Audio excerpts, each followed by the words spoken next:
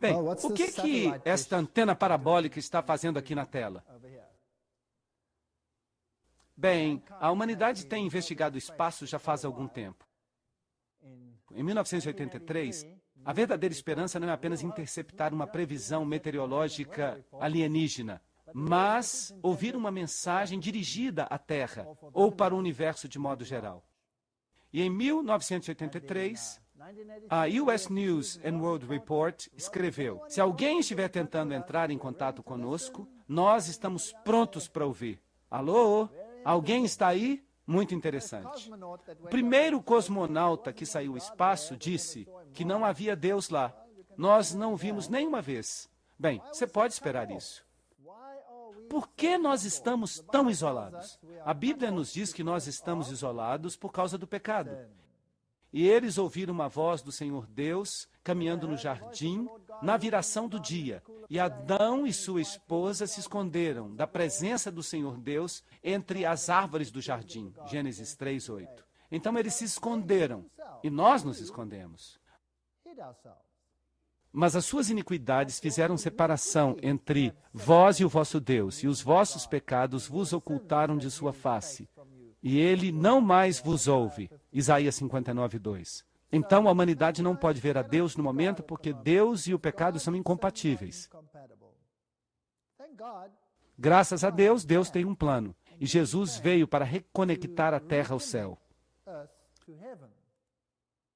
Até estes podem se esquecer, mas eu não me esquecerei de ti. Eis que eu te escrevi nas palmas da minha mão. Isaías 49:15-16. Se a humanidade também quisesse, eles não teriam que sair flutuando no espaço, dizendo: ei, tem alguém aí? Eles simplesmente podem ler a Bíblia e observar a história, e eles saberão que há alguém lá fora que ainda se importa. E ele veio a esta terra e ele viveu entre nós, e ele sofreu por nós, e ele morreu por nós. Amós 3:7 diz: certamente o Senhor Deus não fará nada sem antes revelar o seu segredo aos seus servos os profetas. Deus sempre falou a esta terra através dos seus profetas, e às vezes não havia ninguém mais a não ser os seus profetas. E às vezes o mundo era tão iníquo que nem mesmo os profetas falavam. Mas o mundo não gosta dos profetas. Eles sempre preferiram dizer: ei, tem alguém aí? Eles não gostam de escutar os profetas. 2 Pedro 1:21 diz: pois a profecia nos foi dada em tempos antigos, não pela vontade do homem, mas homens santos de Deus falaram movidos pelo Espírito Santo. Então a Bíblia claramente diz que a profecia é algo que vem de Deus. Deus comunicando a sua vontade ao homem, e nós não queremos sequer isso. Deus, de fato, escreveu com seu próprio dedo na pedra e disse: esta é a minha vontade. Se vocês obedecerem à minha vontade, então conversaremos. Não, nós não queremos nem isso. Nós queremos fazer a nossa própria vontade. E se houver profeta entre vós, eu, o Senhor, me farei conhecido a ele em uma visão, e eu falarei a ele num sonho. Números 12:6. Então é muito importante que nós compreendamos como Deus se comunica através dos seus profetas. Agora, como é que nós fazemos para saber se alguém é um profeta ou um mentiroso? Nós temos que seguir os critérios da Bíblia. Assim, se há um profeta, Deus falará a ele numa visão ou num sonho. Então, vem um camarada e diz: eu tive uma visão, eu tive um sonho. Como você vai saber se é de Deus ou se é de outra fonte? Deus falou pela boca de todos os seus santos profetas desde que o mundo começou. Atos 3:21. O homem, de fato, não tem desculpas. Ele não deveria ficar isolado. E é claro, a maior mensagem de todos os tempos veio por intermédio de Jesus Cristo. E a mensagem foi em João 12:32. E eu, se eu for erguido da terra, eu atrairei todos a mim mesmo. Esta é a maior mensagem de todos os tempos. Não desprezeis as profecias, provai todas as coisas, retende o que é bom. 1 Tessalonicenses 5:20-21. Hoje as pessoas desprezam a profecia porque há tanta profecia falsa. Mas como você pode saber qual é verdadeira e qual é falsa? A Bíblia diz: não desprezem, provem, verifiquem. Se é de Deus, retenham. Se não é, livrem-se dela. Mas como saber se é de Deus ou não? Obviamente, Deus não vai nos deixar na dúvida.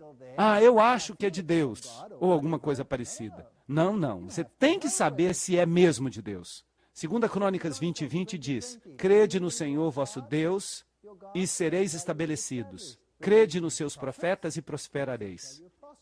É importante que nós ouçamos os profetas porque eles nos advertem a respeito dos problemas que estão na frente no nosso caminho. Mas eles não devem falar em desarmonia com a palavra de Deus. Eles têm que se referir àquilo que está na corrente do tempo. Mateus 24 diz: porque se levantarão falsos cristos e falsos profetas, e haverá grandes sinais e maravilhas. Se possível, até os eleitos seriam enganados. Trata-se de um grande problema. Então, como saber que profecia é de Deus e que profecia não é? Bem, eu não devo então desprezar a profecia. Eu devo prová-la, eu devo reter o que é bom, mas eu tenho que ter cuidado com os falsos profetas. É isso que a Bíblia diz. Amados, não deis créditos a todo espírito, mas provai os espíritos se são de Deus, porque muitos falsos profetas saíram no mundo. Trata-se de uma tarefa difícil. O Senhor não nos está pedindo uma coisa pequena aqui. Esta é uma tarefa difícil. Inúmeros profetas estão por aí. Que profeta é de Deus e que profeta não é? É preciso prová-los, verificar, saber se são de Deus ou não. E tu, filho, serás chamado profeta do Altíssimo, pois tu sairás diante da face do Senhor para preparar-lhe caminho. Então um profeta fala a respeito da vinda do Senhor. Ele se prepara para a volta do Senhor, a fim de dar conhecimento de salvação. Então, um verdadeiro profeta vai ensiná-lo a como se salvar. Salvação para o seu povo pela remissão dos seus pecados. Então, um verdadeiro profeta não dirá que não há nada pior do que falar a respeito da condição perdida e pecaminosa do homem. Os verdadeiros profetas jamais diriam isso. Os verdadeiros profetas dirão: nós somos todos pecadores e necessitamos da redenção em Jesus Cristo. Através da eterna misericórdia de nosso Deus, por meio da qual uma fonte diária das alturas nos visitou, a fim de dar luz àqueles que sentam nas trevas e na escuridão da morte, a fim de guiar o nosso pé no caminho da paz. É isso que um profeta deveria fazer. Mas um pregador pode fazer isso também. Ele não tem que ser um profeta para fazer isso. Todo mundo pode fazer isso, desde que ele fique firme na palavra de Deus. Mas um profeta, ainda mais, um profeta deve estar alinhado com os ensinamentos bíblicos.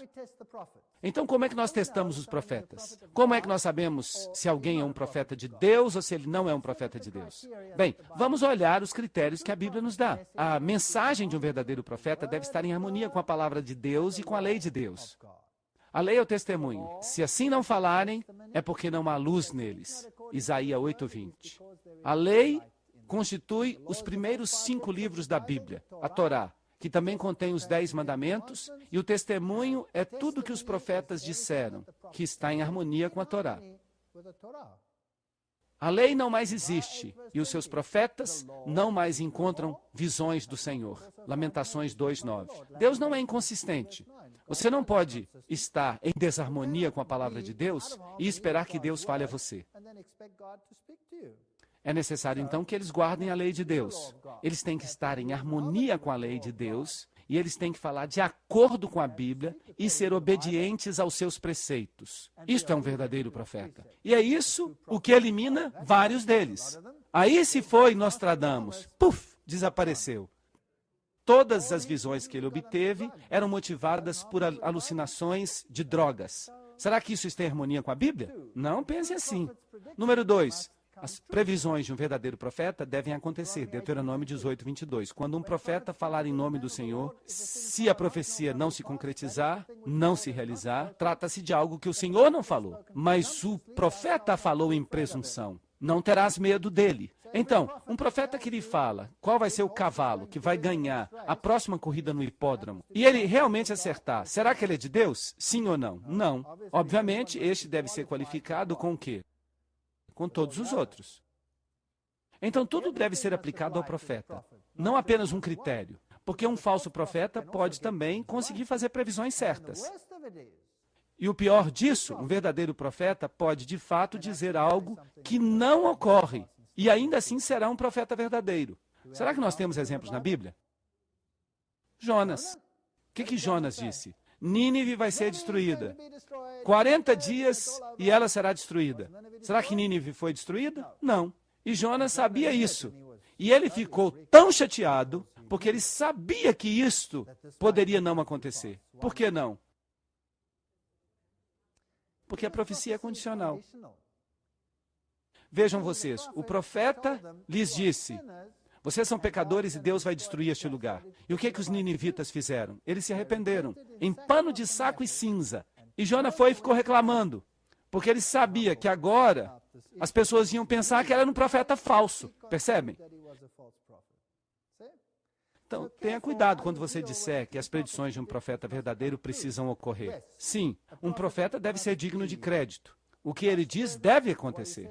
Mas nós não podemos nos esquecer o aspecto condicional. E nós não devemos esquecer todos os outros aspectos associados com este.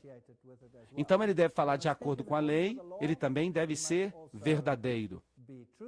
Em terceiro lugar, um profeta verdadeiro edifica o povo de Deus. Mas aquele que profetiza fala a homens para edificação, exortação e consolação. Aquele que profetiza edifica a igreja. 1 aos Coríntios 4, 3 a 4. Vejam vocês que Deus escolhe os profetas da sua igreja. Quando Saul foi chamado e se tornou Paulo logo depois, ele foi enviado à igreja.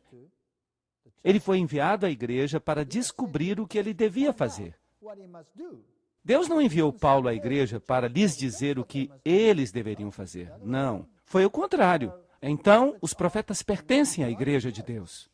Um verdadeiro profeta exalta Cristo como Filho de Deus. Aquele que confessa que Jesus é o Filho de Deus, Deus habita nele e ele em Deus. 1 João 4,15.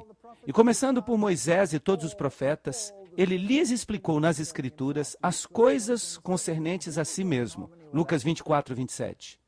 Até mesmo Jesus estava em harmonia com isso. Portanto, Jesus deve ser exaltado. Outro ponto, o ponto 5, é que um verdadeiro profeta fala com autoridade, pois ele lhes ensinava como alguém que tinha autoridade e não como os escribas. Mateus 7, 29. Sim, Elias, João Batista, eles tinham autoridade. Eles repreendiam até os reis. Número 6. Um verdadeiro profeta dá bom fruto. Portanto, pelos seus frutos os conhecereis. Mateus 7, 20. Este é um ponto interessante. E então há algo mais que é interessante. Um verdadeiro profeta exibe sinais físicos e definitivos quando está em visão. Vamos ler isso. Os olhos do profeta ficam abertos durante a visão. Ele disse que ouviu as palavras de Deus, que viu a visão do Todo-Poderoso e que entrou em transe. A Bíblia King James coloca em escrita cursiva, o que significa que foi incluído, que não está no texto hebraico original, mas está escrito, tinha os seus olhos abertos, Números 24, 4. E se você pega a nova Bíblia King James, ela tem uma tradução boa do texto original. As palavras daquele que ouve a palavra de Deus, que vê a visão do Todo-Poderoso, que se prostra com os olhos bem abertos. Aqui estão os atributos físicos. O profeta se prostra e tem os seus olhos bem abertos. Agora, se você pega a nova versão internacional, então aí há dificuldades. O oráculo daquele que ouve as palavras de Deus, que vê a visão do Todo-Poderoso, que se prostra e cujos olhos estão abertos. Mas isso não é exatamente o que o texto hebraico original diz. O texto hebraico diz, seus olhos estão abertos. Porque nesta versão a declaração pode ser espiritualizada. Então, de novo, com as traduções modernas, que se baseiam no texto de Westcott e Hort, você não pode usá-las para propósitos doutrinários. Então, vamos ficar fiéis ao que diz a Bíblia King James e a nova Bíblia King James. Aí está um dos atributos do profeta. É importante que nós sejamos fiéis aos detalhes, à letra da lei. O profeta verdadeiro se prostra e não tem forças. É por isso, então, que ele é fortalecido. Mas ele não respira, nem mesmo quando está falando durante a visão. Agora, isso é uma coisa difícil de imitar. Isso é uma coisa difícil de imitar, porque somente Deus tem vida em si mesmo e pode dar vida a seu profeta enquanto ele está falando sem respirar. Vamos dar uma olhada nisso em Daniel 10, 7 a 18. É por isso que algumas versões modernas da Bíblia removem o capítulo 10 de Daniel inteiramente. Eles não gostam deste capítulo. E eu, Daniel, somente vi a visão. Não me restou força alguma. A força de Daniel foi tirada. E eu fiquei sem forças. quando eu ouvi a voz das suas palavras. Então, um sono profundo caiu sobre a minha face. Então, onde estava ele? No chão. E não se achou fôlego em mim. Não havia fôlego nele. Então, de novo, um que tinha a forma de um homem se aproximou e me tocou. E ele me fortaleceu. Aí está a sequência. O profeta perde as forças, o profeta cai, o profeta não tem fôlego em si, e então alguém o levanta e o fortalece. Agora, quão forte alguém fica quando Deus o toca com fortaleza? Ele fica bem forte. Quão forte ficou Sansão quando Deus o tocou? Bem, imagine isto. Ele pegou um leão no meio do ar e o rompeu em duas partes. Isso é muita força. Será que você conseguiria fazer algo assim? Ou ele foi até as portas da cidade dos filisteus e ele arrancou as portas, incluindo os postes que a prendiam. Ele o ergueu. Ele foi até uma colina e ele o atirou do alto da colina. Isso é muita força. Será que você tem alguma ideia do tamanho dessas portas nos dias de antigamente? Ele era muito forte. Bem, eu disse isso apenas por uma questão de interesse. Então, é isso que acontece a este profeta quando ele entra em visão. Agora, Daniel 10:16 diz: E eis que com a semelhança dos filhos dos homens, tocou os meus lábios. E então eu abri a boca, e falei e disse a ele que estava diante de mim: Ó meu Senhor, por causa da visão, tristezas me sobrevieram, e eu fiquei sem forças. Pois como pode o servo do meu Senhor falar com o meu Senhor? Pois quanto a mim, logo não me restou força, e não se achou fôlego em mim. Isso é interessante, está em Daniel 10:17. Ele está falando a Deus e dizendo a Deus: como é que eu posso falar? Eu não tenho fôlego. Será que é isso que está acontecendo aqui? Agora, a nova Bíblia King James diz em Daniel 10:17: quanto a mim, não me restam forças, e não há nenhum fôlego em mim.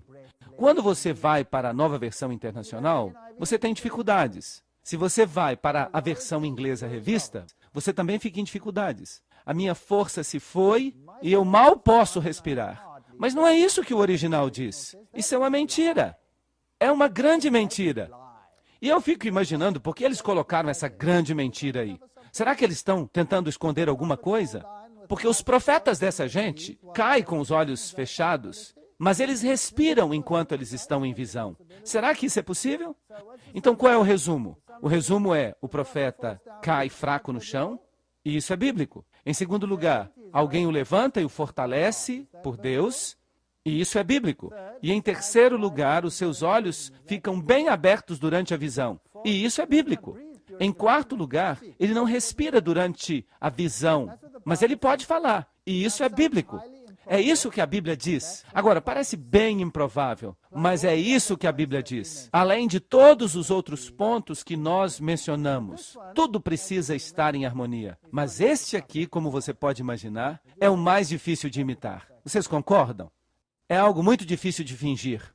Portanto, ele diz: quando ele subiu ao alto, ele levou cativo o cativeiro e deu dons aos homens. Efésios 4:8. Então Deus deu todos os dons dos quais a igreja necessita. Alguns apóstolos, alguns profetas, alguns evangelistas, alguns pastores, alguns professores. Efésios 4:11. Todo mundo tem um dom para o aperfeiçoamento dos santos. É para isso que os dons servem, para a obra do ministério, para levar a mensagem ao mundo lá fora, para a edificação do corpo de Cristo. Efésios 4:12. Assim, estes dons espirituais, são para a edificação da igreja e para a capacitação daqueles que devem levar a mensagem ao mundo moribundo. É para isso que eles servem. Então, Deus não dá estes dons para aqueles que estão fora da igreja virem e edificarem a igreja. Não.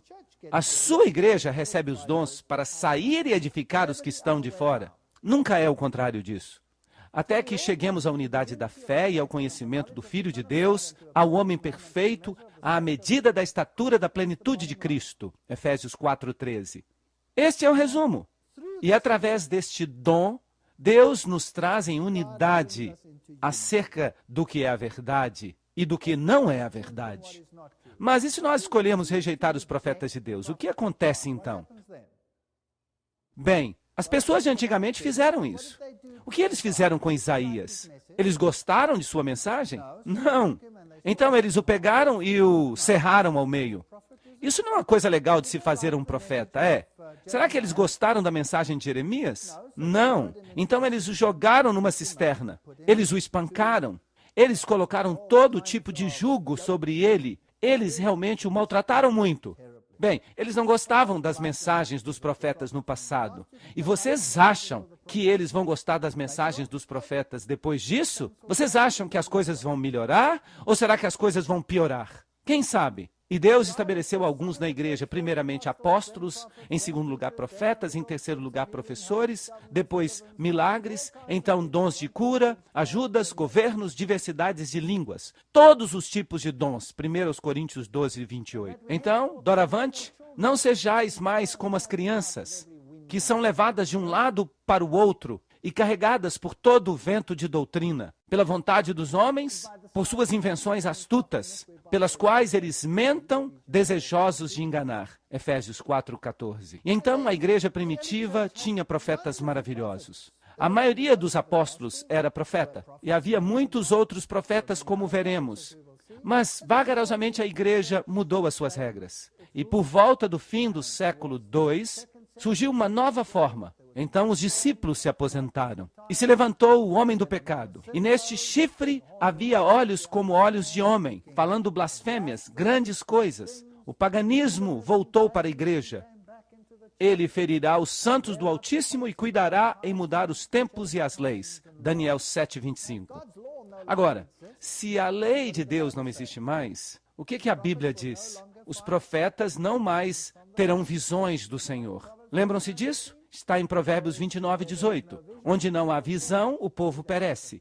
E aquele que guarda a lei é feliz. A lei não existe mais e os seus profetas não mais terão visão que vem do Senhor. Lamentações 2:9. Então parece que as profecias estão se acabando neste planeta. Parece que elas não existem mais. E então Deus chamou os reformadores. Mas eles não redescobriram a lei.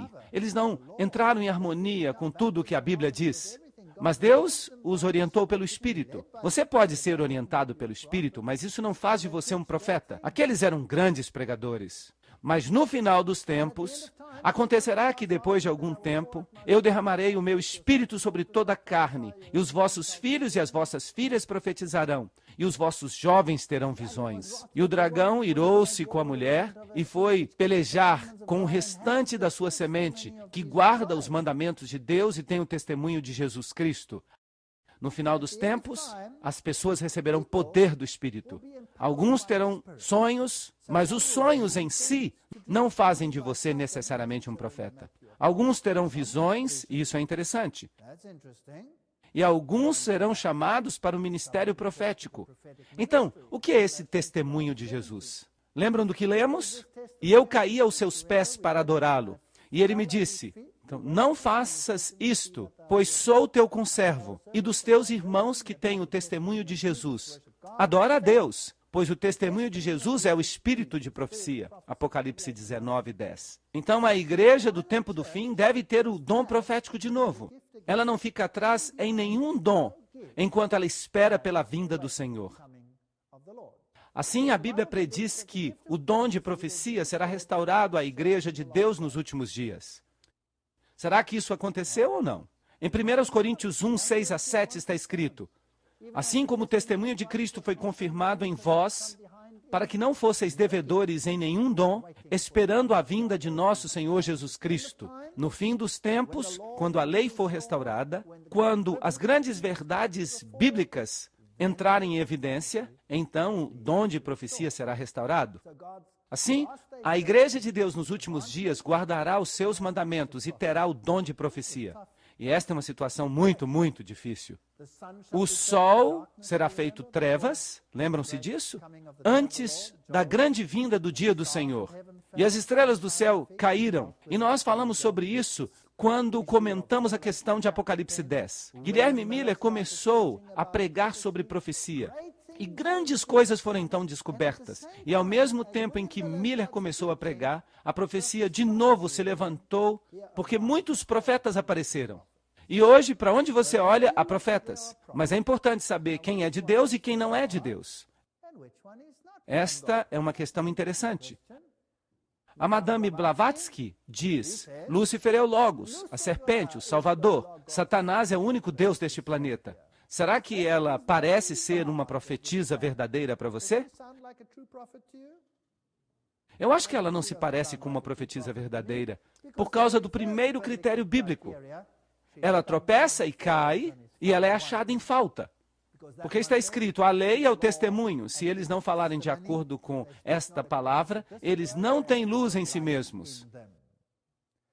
Mas também está escrito que um verdadeiro profeta deve enaltecer a Jesus Cristo e deve reconhecê-lo como o verdadeiro Filho de Deus. E esta aí diz que Lúcifer é o Filho de Deus. Lamento, Madame Blavatsky, mas você é uma profetisa falsa. E a Joanna Southcott, a mãe de Cristo, que viveu entre 1750 e 1814. Ela dizia que estava esperando Jesus Cristo, que ela estava grávida dele. Os seus seguidores estavam tão convencidos disso que quando ela faleceu, eles abriram o seu ventre para tentar tirar Jesus de lá. Talvez o Messias ainda estivesse vivo dentro do seu ventre, mas eles não acharam nada lá. Será que a sua profecia se realizou? Não. E Russell? Ele dizia que tinha visões proféticas, mas o que ele fazia? Ele também desvalorizava Jesus Cristo, então ele também é um profeta falso. E Joseph Smith? Este contradisse a Bíblia, no início, meio e no fim. Ele recebia mensagens de um anjo chamado Moroni, que lhe dizia que ele era um novo sacerdote, e que o Deus verdadeiro não era quem ele pensava ser. Não, não, não. Os Mormons dizem que o diabo disse a verdade no Éden e que Jeová era o mentiroso. Lamento, Joseph Smith. Lamento, Brigham Young. Vocês são profetas falsos. Vocês não estão falando de acordo com a lei. Vocês não estão falando de acordo com o testemunho. E eu não tenho a menor ideia quem este anjo Moroni seja.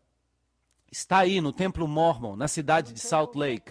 E Nostradamus? Será que ele falou alguma coisa que de fato aconteceu? Bem, você pode interpretar o que ele disse de várias formas, porque do jeito que ele escreve, pode ser qualquer coisa.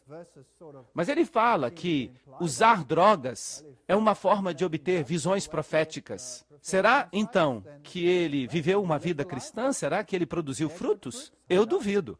Todos esses profetas milenares e os profetas gnósticos, todos eles ensinavam que Jesus não era o Filho de Deus e que não havia outra divindade. E Edgar Cayce, o grande curandeiro e profeta, bem, ele ensinava que nós todos somos Deus. E o Papa Pio X, ele diz que toda a autoridade estava sobre ele. Ele também tinha visões e ele disse que a Igreja Católica Romana conseguiria ancorar o barco do Evangelho. É interessante o que ele disse, mas não está de acordo com a lei.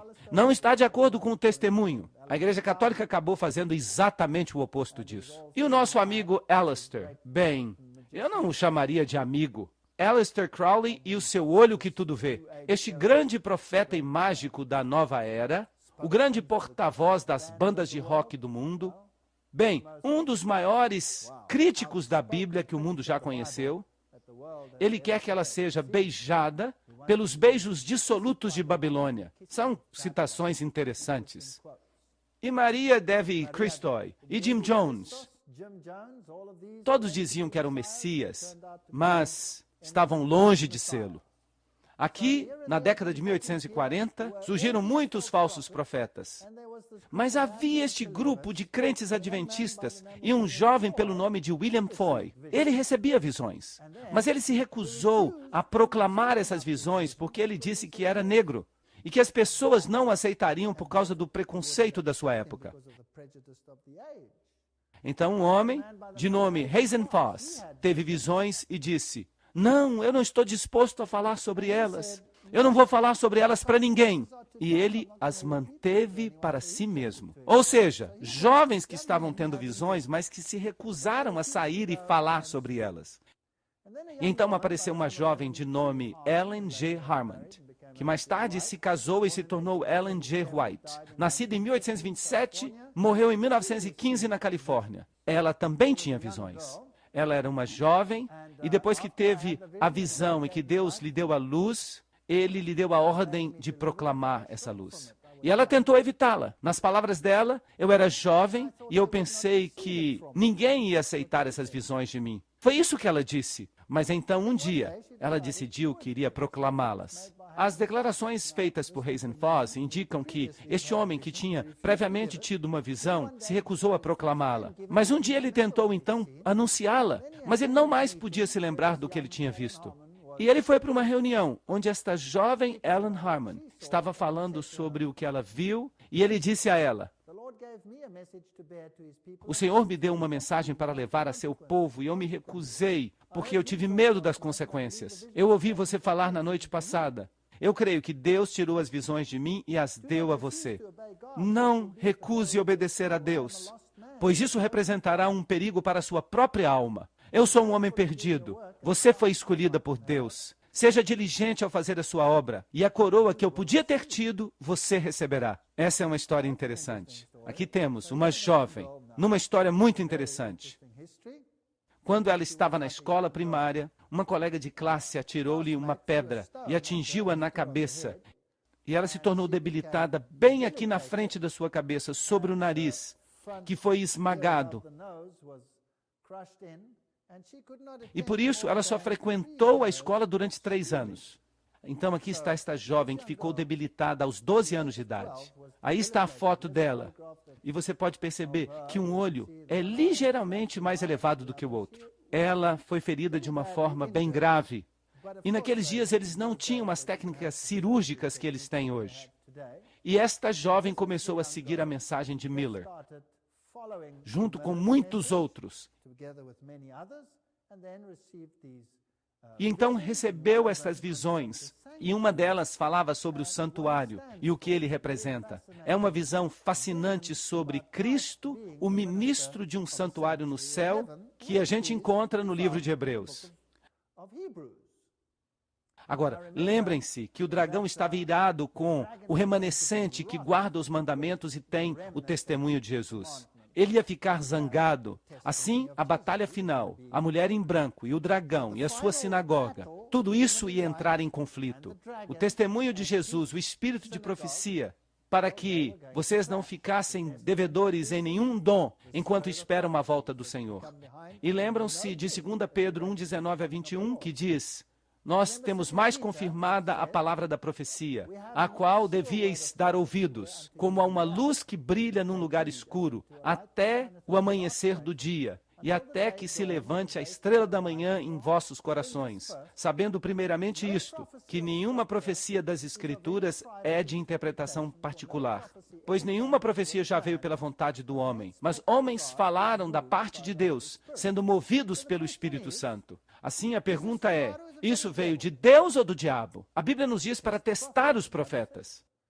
Um argumento seria que nem todos os profetas contribuíram para as Escrituras. Será que esta pessoa contribuiu alguma coisa para as Escrituras? A resposta é não. Deus usou tanto homens quanto mulheres como profetas, porque esta profetisa era do sexo feminino. Eis exemplos de pessoas que não escreveram nada nas Escrituras. Natã e Gade. Exemplos de mulheres que foram profetisas. Miriam, Êxodo 15:20. Ulda, a profetisa em 2 Reis 22:14. E Débora, Juízes 4:4. Exemplos de profetas e profetisas do Novo Testamento que não foram incluídos no cânon. Simeão, Ana, Ágabo, Barnabé, as 4 filhas de Filipe, todos foram profetas na Bíblia que não escreveram nada na Bíblia. Então a questão vital é se ela cumpriu os critérios bíblicos. Esta é uma questão interessante que a gente precisa saber. Em manuscritos 88-1900, ela diz: o Senhor disse, escreve as coisas que eu te darei. E eu comecei, quando eu era muito jovem, a fazer essa obra. A minha mão era fraca e trêmula por causa das enfermidades, mas elas se tornavam firmes tão logo eu pegava a caneta na minha mão. E desde esses primeiros escritos, eu sempre fui capaz de escrever. Ela tinha apenas 17 anos, 3 anos de escolaridade e começou a escrever. E alguém pode argumentar, será que Deus pode usar alguém que é tão fraco fisicamente e que só tem 3 anos de escolaridade? Claro que sim. De fato, Deus pode usar até um jumento. Ele não usou um jumento? Sim, ele usou um jumento. E o que vai acontecer se você se recusar a ouvir o jumento? Bem, você pode até morrer. Percebem? Se Deus pode usar um jumento, Ele certamente poderia usar alguém com 3 anos de escolaridade. Essa pessoa é melhor do que um jumento, porque os jumentos não vão para a escola, ou vão? De qualquer forma, ela diz, tão logo eu pegava a caneta na minha mão, eu conseguia escrever, desde os meus primeiros escritos. Então vamos prestar atenção nos critérios. Ela exaltava a palavra de Deus e a lei de Deus. O que ela escreveu? Em Mensagens Escolhidas, volume 2, as Santas Escrituras devem ser aceitas como autoritativas, a revelação infalível de sua vontade. Elas são o padrão de caráter, o revelador das doutrinas e o teste da experiência. Apegai-vos à vossa Bíblia enquanto a ledes, e parai vossas críticas com respeito à sua validade. Obedecei a palavra, e nenhum de vós se perderá. E o que vocês acham que deveria ser o nosso credo? No volume 1, página 416, ela diz, a Bíblia, e somente a Bíblia deve ser o nosso credo, o único laço de união. A palavra de Deus é infalível. Erguei o estandarte sobre o qual está escrita a Bíblia, a nossa regra de fé e disciplina. Pergunta, se ela escreveu tanto dizendo que a Bíblia é o nosso único credo, então por que ela se incomodou em escrever tanto?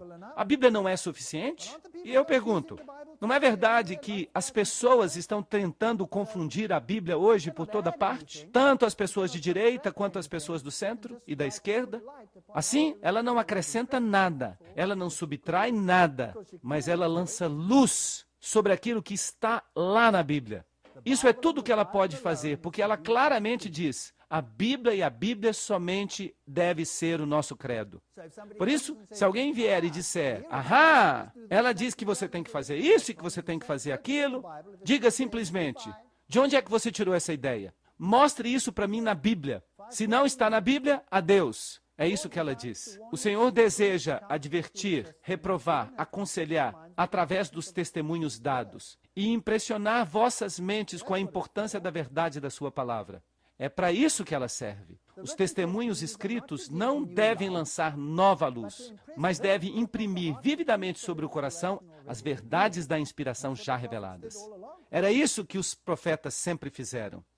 A obrigação do homem para com Deus e para com o seu semelhante tem sido especificada distintamente na palavra de Deus. Contudo, poucos são obedientes à luz dada. Não, nenhuma verdade adicional é acrescentada. Mas Deus, através dos testemunhos, simplificou as grandes verdades já dadas e, pelo seu beneplácito, as trouxe diante do povo para lhes despertar e impressionar a mente com elas, para que ninguém mais tenha qualquer desculpa. Aqui temos, então, algo que está em harmonia com a lei e com a Bíblia. Em Manuscripts Released, volume 15, página 351, mostra-lhes a pureza e as alegações vigentes da lei de Deus. Nenhum jota ou tio desta lei perderá sua força. Por isso, mantém as alegações vigentes sobre cada alma até o tempo do fim. Será que isso está em harmonia com a lei e com o testemunho? Sim. Será que os homens não podem ver que diminuir a importância da lei de Deus é desonrar a Cristo? Por que ele veio a este mundo para sofrer e morrer se a lei não tivesse vigência sobre os seres humanos? Isso faz sentido. Chamados para expor o homem do pecado. Ela foi chamada para expor o homem do pecado. No tempo em que vivemos, o Senhor chamou o seu povo e lhe deu uma mensagem a proclamar. Ele os chamou para expor a impiedade do homem do pecado, que transferiu a obediência do sábado para o domingo, que cuidou em mudar os tempos e as leis, e que oprime o povo de Deus, que permanece firme na decisão de honrá-lo e de guardar o verdadeiro sábado, o sábado da criação, como dia santo ao Senhor. Isso está definitivamente em harmonia com as Escrituras. Talvez não esteja em harmonia com os sentimentos de muitas organizações do mundo, mas isso é bíblico. Será que as predições dela se tornaram verdadeiras?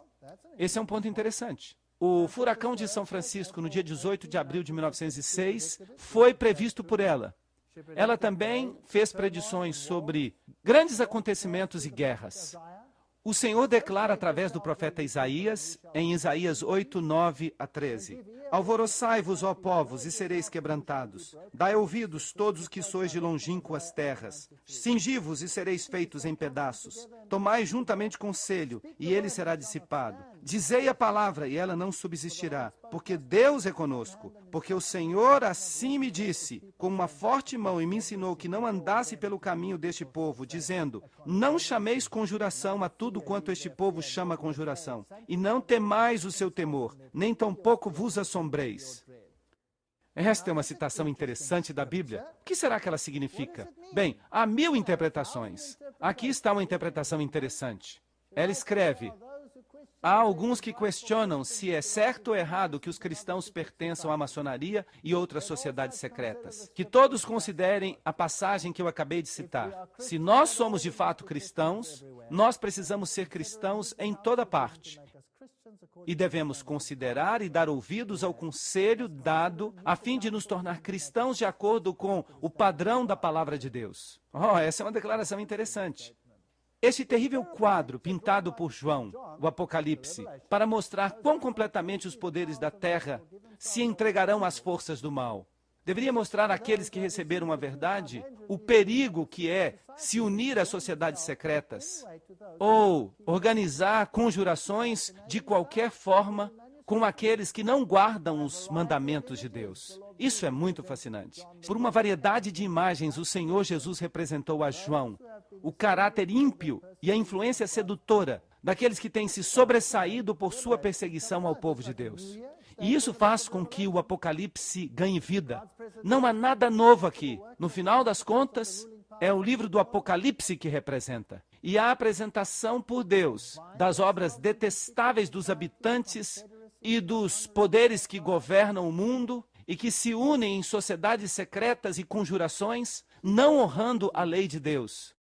Permanecei longe desses males. Mais e mais, os falsos religiosos do mundo manifestarão as suas más obras. Pois só existem de fato 2 partidos: aqueles que guardam os mandamentos de Deus e aqueles que fazem guerra contra a santa lei de Deus. E eu posso continuar aqui com um monte de citações que falam sobre esta questão.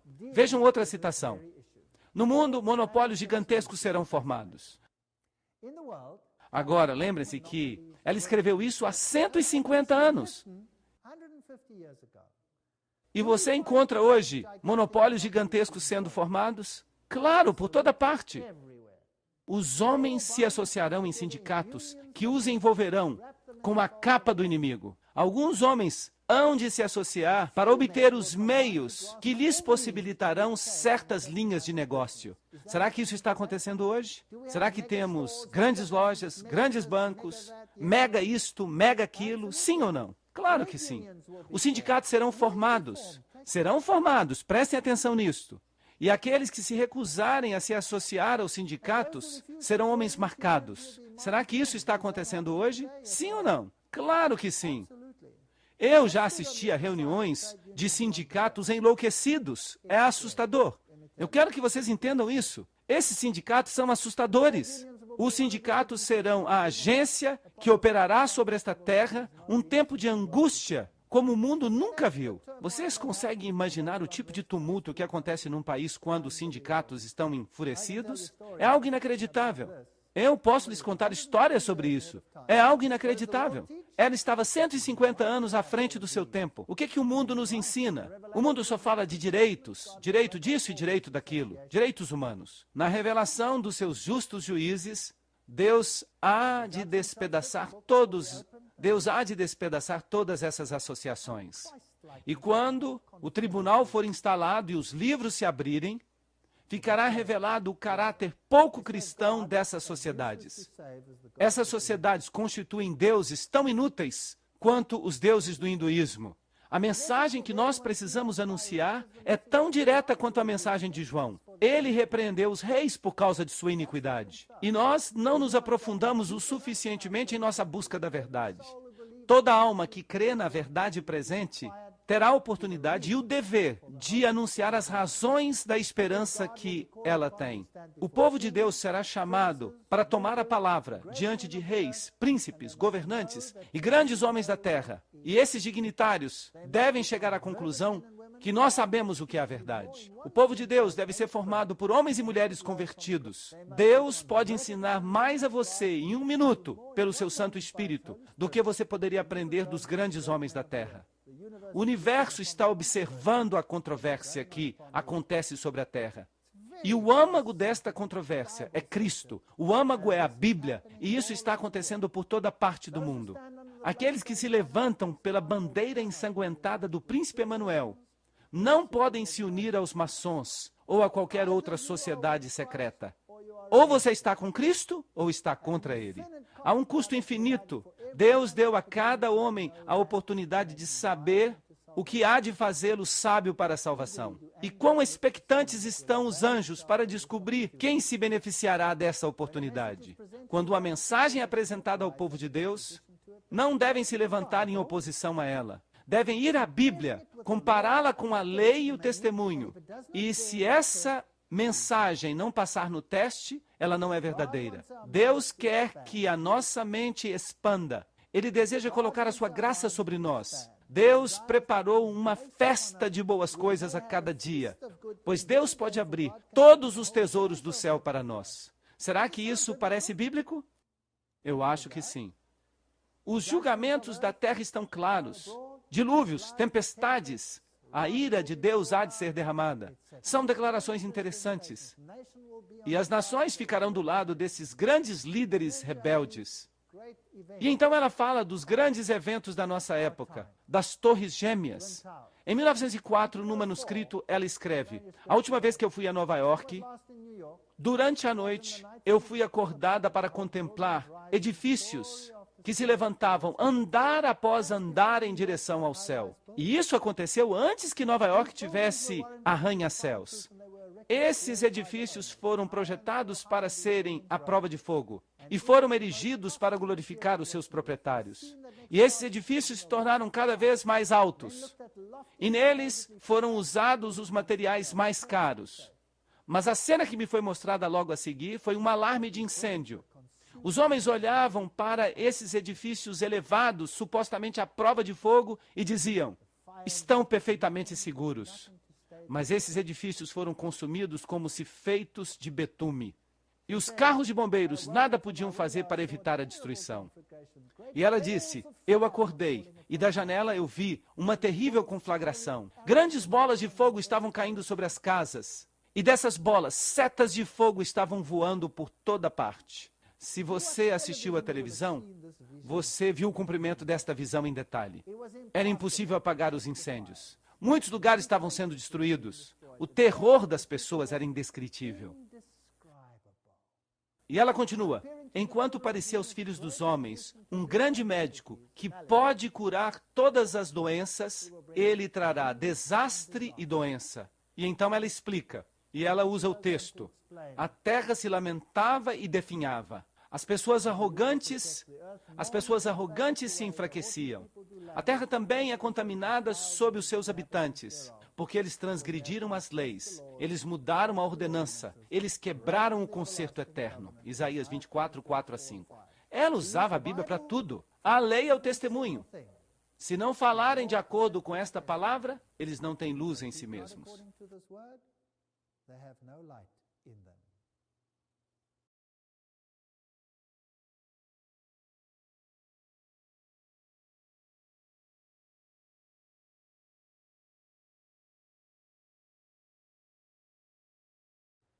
Mas há uma outra coisa muito interessante que Ellen White viu, que é a sua grande visão de saúde. Esta é uma visão fascinante que realmente me impressiona. Eu sou um cientista, eu sou um fisiologista. E isso é algo que me deixou perplexo. Em 1864, ela escreveu: o tabaco é um veneno do tipo mais enganoso e maligno, que tem uma influência excitadora e paralisante sobre os nervos do corpo. Ele é ainda mais perigoso porque os seus efeitos sobre o sistema são vagarosos e, a princípio, imperceptíveis. Multidões caíram vítimas dessa influência venenosa. Bem, isso não parece grande coisa. Todo mundo sabe que os cigarros fazem mal. Mas isto foi escrito em 1864. quando o mundo médico estava ensinando que o tabaco era uma nova cura para as enfermidades do pulmão. E o mundo médico dizia que fumar isto ou aquilo ajudaria as pessoas a se livrar de todos os seus problemas, de todas as suas enfermidades. E aí aparece esta pequena mulher que escreve exatamente o oposto do que o mundo estava ensinando. Só foi em 1957 que um comitê de cientistas, nomeado pela Sociedade Americana do Câncer e a Associação Cardíaca Americana, concluiu que o tabagismo era um fator causativo do câncer do pulmão. Então ela estava muito à frente da sua época, sem dúvida disso. E o que ela escreveu sobre o chá e o café? O que ela escreveu sobre o estilo de vida que as pessoas têm no mundo hoje? O que ela escreveu sobre os alimentos ricos em colesterol e todas estas coisas? E hoje nós tememos que as grandes cadeias de restaurantes incluam toxinas. E nós temos doenças entre os animais que vocês não podem nem imaginar. Isso fez parte da minha pesquisa na universidade. Eu recebi um prêmio de Londres sobre esta pesquisa da Sociedade Real de Londres. Eu sou um dos 5 cientistas do mundo que já receberam este prêmio. Nós fizemos muitos testes sobre a transmissão de doenças de animais para o homem e sobre coisas espantosas que nós descobrimos. Nós demos alertas de saúde com respeito às galinhas. O jornal Der Spiegel diz que os ovos são mortais. Ellen White escreveu em 1901, em breve, ninguém mais recomendará a manteiga. Será que isso aconteceu? Claro que sim. Depois de certo tempo, o leite será inteiramente descartado, pois a doença nos animais está aumentando na proporção ao aumento da impiedade entre os homens. Vamos chegar ao tempo quando não mais será seguro usar ovos, leite, creme ou manteiga. Ovos mortais. Incrível, ela percebeu a deterioração no mundo animal. E ela diz: a carne nunca foi o melhor alimento, mas agora deve se objetar duplamente ao seu uso, já que as doenças dos animais estão se espalhando de forma tão rápida. E ela fala de novo sobre o leite, que ele deveria ser completamente esterilizado. Com esta precaução, há menos risco de contrair doença. Ela estava muito adiante do seu tempo. A manteiga é menos prejudicial quando comida no pão frio do que quando usada para cozinhar. Mas esperem aí, como é que ela sabia disso? Percebam, como ela poderia saber que quando a manteiga é aquecida, ela forma radicais livres, que são o principal carcinógeno e que causam o entupimento das artérias? Ninguém sabia disso naquela época. Ela estava muito adiante do seu tempo. E isso é muito simples. Pegue a manteiga, faça você mesmo os testes e você vai descobrir o que acontece. E você vai perceber que isso está correto, está correto. Mas, como regra, é melhor dispensar a manteiga totalmente, muito adiante do seu tempo. O queijo deve se objetar ainda mais ao queijo. Ele é completamente impróprio para a alimentação. Uau! Você pode dizer isso em voz bem alta. Eu tenho uma palestra inteira que eu apresento no círculo científico sobre isso. Não há nenhuma outra alternativa a respeito disso. O queijo é um dos alimentos mais alergênicos do mundo. A asma provavelmente desapareceria. A osteoporose provavelmente desapareceria se as pessoas dessem ouvidos a essas sugestões. O queijo nunca deveria ser introduzido no estômago. Quais são os países que têm o maior índice de osteoporose no mundo? Os Países Baixos, a Noruega. E são países com forte ênfase nos laticínios. Eles têm o maior índice de osteoporose. Por quê? Porque eles estão comendo o alimento com o maior teor de formação de ácido do mundo, que tem que ser neutralizado pela liberação de cálcio do osso, o que causa osteoporose. Nós nos pouparíamos muitas angústias aqui. E ela continua, que a reforma da dieta seja progressiva, que as pessoas aprendam a como preparar o alimento sem o uso de leite ou manteiga. Diga-lhes que, em breve, não haverá mais segurança no uso de ovos, leite, creme ou manteiga, porque a doença nos animais está aumentando em proporção à impiedade dos homens. São elementos mortíferos. É isso que a ciência está dizendo. Em todas as partes do mundo, devem-se fazer estudos para que leite e ovos sejam substituídos. Será que isso aconteceu? Sim. Hoje nós temos leite de arroz, leite de soja, leite de aveia, tem leite de tudo, até leite de nozes. E o Senhor nos ajudará a saber quando o tempo chegar de abrirmos mão desses artigos. Ele deseja que todos sintam que eles têm um Pai Celestial gracioso que os instruirá em todas as coisas. O Senhor dará ao seu povo arte e habilidade dietética em todas as partes do mundo, ensinando-os a como usar para o sustento da vida os produtos da terra. Que consideração maravilhosa de Deus! E ela continua, com respeito ao leite e ao açúcar, eu conheço pessoas que ficaram assustados com a reforma da saúde e disseram que não queriam praticá-la, porque ela vai contra o uso livre destas coisas. Mas as mudanças devem ser feitas com grande cuidado, e nós deveríamos avançar cautelosa e sabiamente. Não há fanatismo aqui. Nós queremos seguir um curso que será atrativo para os homens e mulheres inteligentes desta terra. Grandes quantidades de leite e açúcar comidas juntas são prejudiciais. Elas conferem impurezas ao sistema. O açúcar emperra o sistema. Ele impede a operação da máquina viva.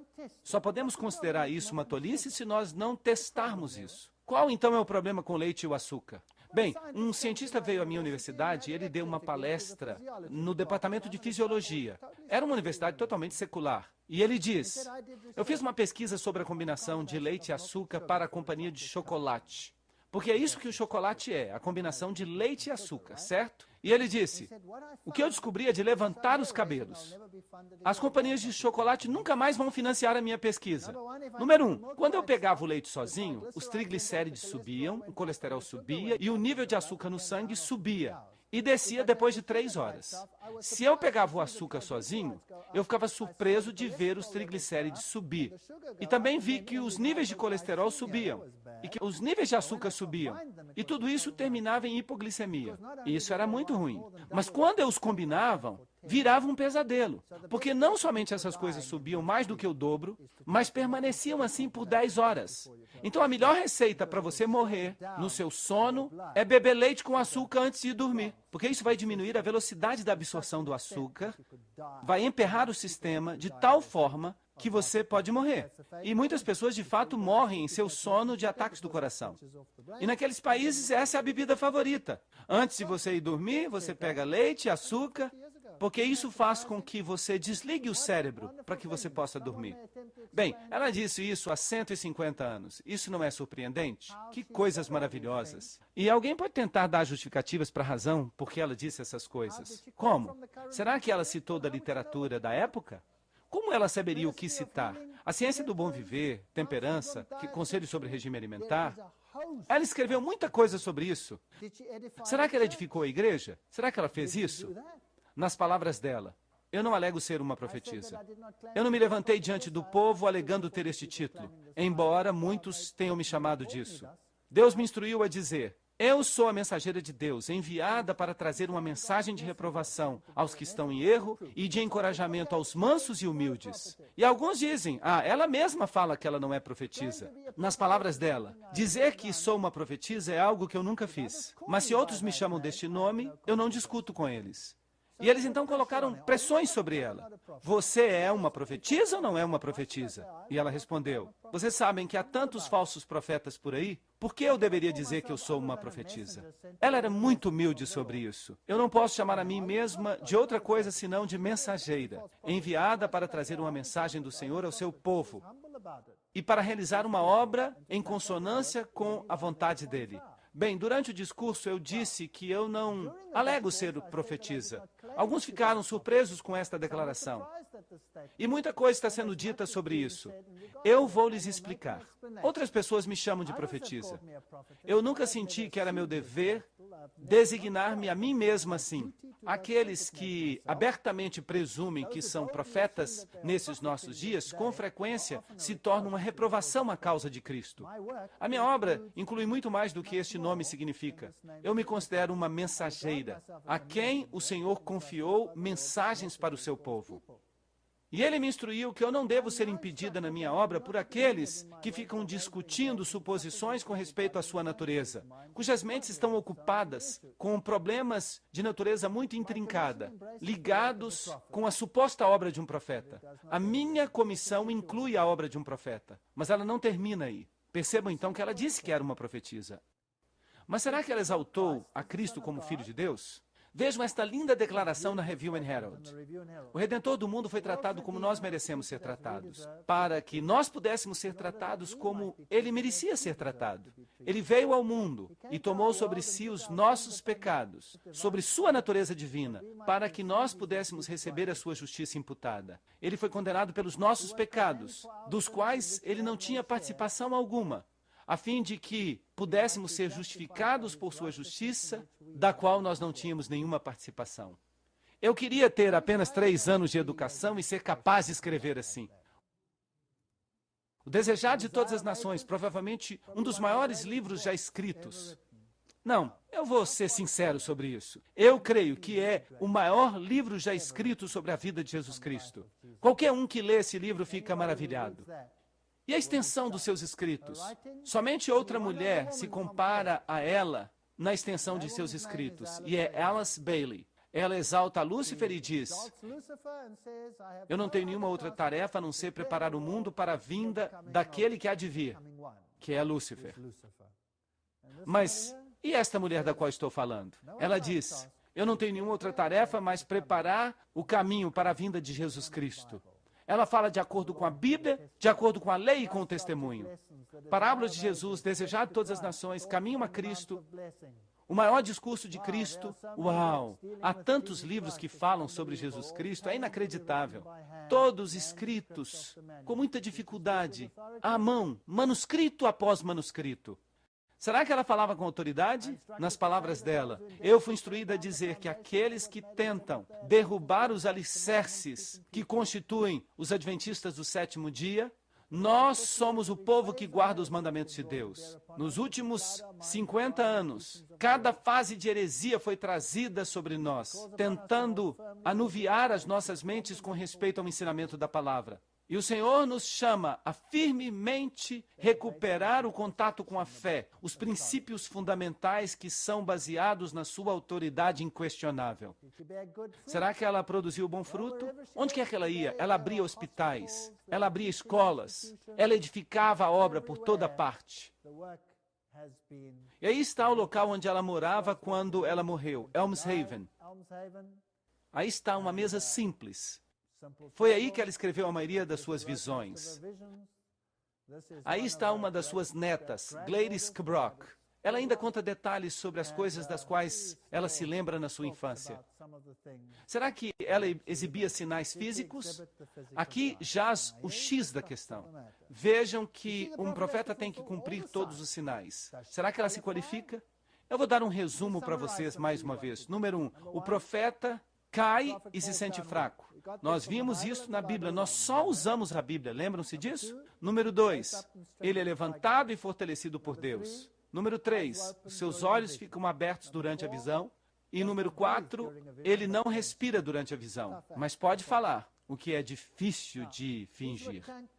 Agora aqui temos algumas campais. Normalmente os profetas entram em visão em alguma recâmara reclusa, com apenas algumas pessoas ao seu redor. Todos crentes. Mas isso não aconteceu com Ellen White. Ela entrava em visões publicamente, com milhares de pessoas, inclusive céticos ao redor. Publicamente, na frente dessas pessoas, Deus lhe dava as suas visões. E mais tarde na vida, quando isso não mais era necessário, a maioria das suas visões foram dadas em sonhos. Mas quando ela iniciou, as visões eram públicas. E o que acontecia nessas visões? Bem, aqui estão as descrições. Quando ela entrava em visão, ela dava 3 cativantes gritos de glória, com um eco e 2 ecos. E então, durante 4 ou 5 segundos, ela caía ao chão como uma pessoa num desmaio. Alguém que tinha perdido todas as forças. Mas então ela parecia ser o receptáculo instantâneo de força sobrenatural. E ela então se levantava de uma vez e caminhava ao redor do quarto. Ou na tenda, se ela estivesse numa tenda. Onde quer que ela estivesse. Seus olhos ficavam sempre abertos e ela não piscava. Ela erguia a cabeça e olhava para cima. Não com um olhar vazio, mas com uma expressão de prazer. Outro relato de uma testemunha ocular em 12 de junho de 1868. Ela caminhava de um lado para outro e falava conosco.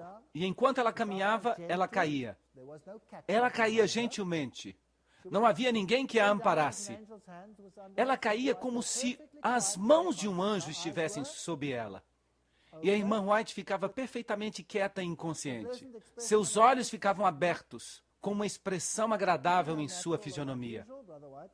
Nada que não fosse natural ou incomum. O irmão White, o marido dela, disse a esses homenzarrões: separem-lhe as mãos, coloquem 2 mãos em cada uma de suas mãos e tentem separá-las. E aí estava essa pequena moça deitada. E eles tentaram. Eles puxaram e puxaram, até que ficaram preocupados que eles poderiam machucá-la. Esta é uma visão pública, e o irmão White disse: não fiquem preocupados, ela está segura sob a guarda de Deus. E vocês podem tentar puxar tanto quanto queiram. E eles disseram: estamos convencidos agora. Nós não precisamos puxar de novo. E ele disse: tentem levantar um dedo de cada vez. Mas isso foi impossível. Eles não conseguiam sequer mover um dedo dela. Ela parecia ser um bloco de granito. E o irmão White disse a esses homens: agora, tentem detê-la. E ela se levantou e começou a falar e a mover as mãos, descrevendo a visão que estava tendo.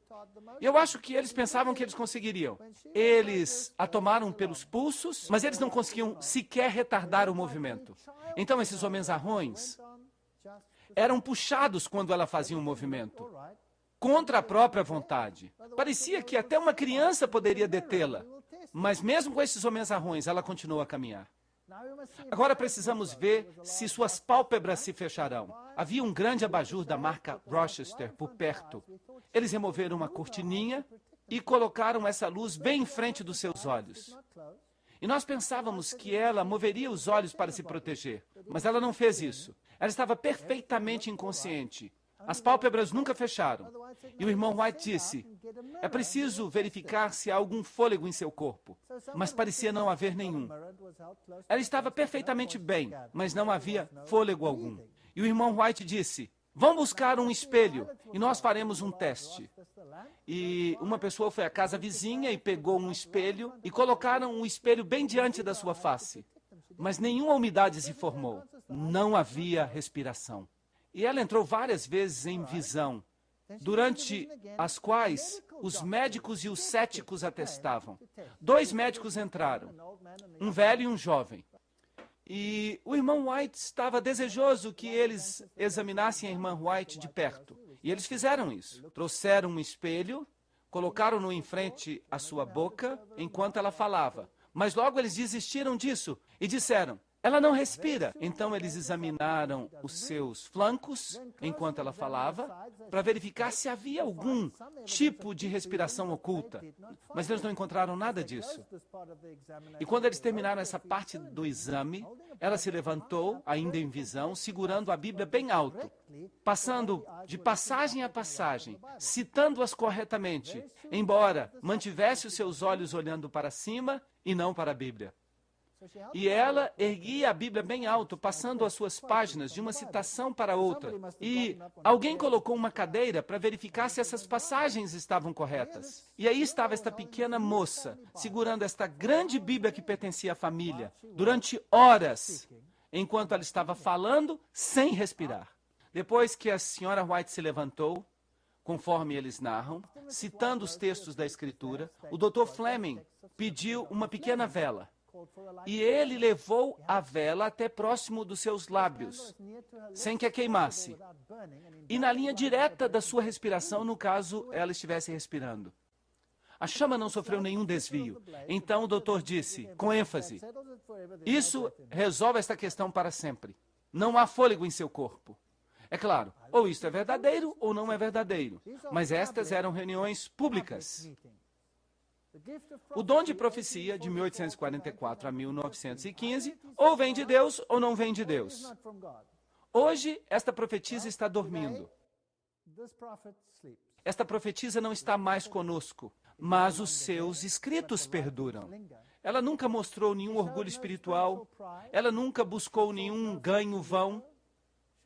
Ela viveu a vida e realizou a obra de uma profetisa digna, a mais admirável da sucessão americana. Isso foi publicado no The New York Independent, em 23 de agosto de 1925, uma fonte totalmente independente. Então agora temos uma escolha. Vocês sabem o que aconteceu comigo? Quando eu comecei a descobrir as verdades da Bíblia, eu disse, a Bíblia e a Bíblia apenas. Eu não preciso destas coisas, eu não preciso disso. Dê-me a Bíblia e ela vai me dizer tudo o que eu preciso. Eu não preciso de nada mais. Eu recebi uma ligação telefônica de um colega meu que ouviu dizer que eu tinha me tornado adventista. A princípio, ele me repreende por ter me tornado adventista. E então ele começa a falar desta mulher. Eu nunca tinha lido nenhuma palavra sobre ela. Eu me tornei adventista com base na Bíblia e apenas na Bíblia. Eu não sabia nada do Espírito de Profecia. Ele falou as coisas mais horríveis que vocês podem imaginar. Ele parecia estar zangado. E as palavras saíam de sua boca, e eu não vou nem repeti-las. Quando ele desligou o telefone, eu pensei comigo mesmo. Quem é essa mulher que alguém pode ficar tão zangado com seus escritos? Então, eu fui, comprei os livros e comecei a ler. E quanto mais eu lia, e eu não estava lendo sem a minha Bíblia bem do meu lado, a minha Bíblia começou a ganhar vida. E pela primeira vez eu compreendi a Jesus Cristo e o que ele queria dizer para mim. Eu podia ter descoberto todas essas coisas na Bíblia, mas o Espírito de Profecia me ajudou a me aprofundar nessas coisas. A Bíblia ficou viva. Ela não me levou para longe da Bíblia, ela me trouxe para perto da Bíblia. Então, esta profetisa que é menosprezada no mundo, que é detestada no mundo, e se você ouvir alguma coisa negativa, alguma coisa horrenda sobre esta profetisa, e se você ouvir alguma coisa negativa, alguma coisa horrenda sobre esta profetisa, que ela é mentirosa, plagiária, isso e aquilo, teste a profetisa. Teste a profetisa. Agora, não é verdade que se um profeta é amado e reverenciado pelo mundo, então provavelmente há um problema com ele? Por que Alice Bailey é honrada no nível das Nações Unidas? Por que os seus escritos se tornaram uma base de um currículo vital para o mundo todo? Por que uma profetisa é muito influente e a outra é desprezada? Esta é uma pergunta interessante. Então, a minha resposta para você é: se vem de Deus, aceite, leia. Se você perceber que afasta você da Bíblia, jogue fora e leia somente a Bíblia. Porque, afinal de contas, ela mesma diz que nós não temos nenhum credo, exceto a Bíblia. Então, a gente só pode verificar se o pudim está bom quando nós o comemos. Mas eu lhes digo que ela cumpriu todos os critérios bíblicos. E eu não conheço nenhum profeta dos tempos modernos que se qualifica. Nenhum.